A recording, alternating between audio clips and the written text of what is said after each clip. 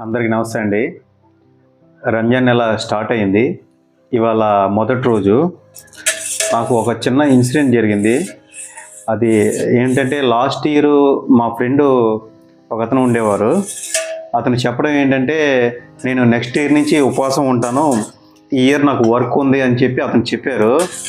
So యాక్చువల్గా అతను చనిపోయారు ఈ ఇయర్.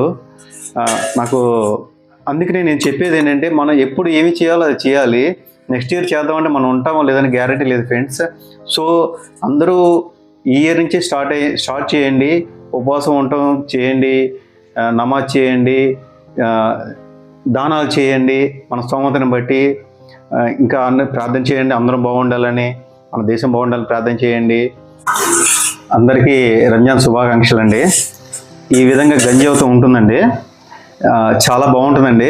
మీలో ఎంతమంది టేస్ట్ చేశారు కొంచెం కామెంట్ చేయండి. నాకైతే ఈ నెల మాత్రం చాలా చాలా ఇష్టం అండి. చాలా పనులు మాత్రం చేస్తాను. నేను ఏం చేశాను అన్నది మీకు కంపల్సరీ తెలియజేస్తాను. సో ఏదన్నా నాది పొరపాటు ఉంటే సారీ అండి. స్వర్గద్వారాలు తెరుచుకుంటే ఫ్రెండ్స్, నరకద్వారాలు మూసుకుపోతాయి.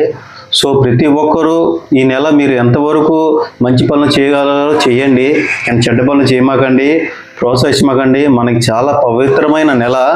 మనకి చెడ్డ పేరు తేమాకండి. మీరు దైవం ఉంచి మన ఇస్లాంకి చెడ్డ పేరు తేమాకండి.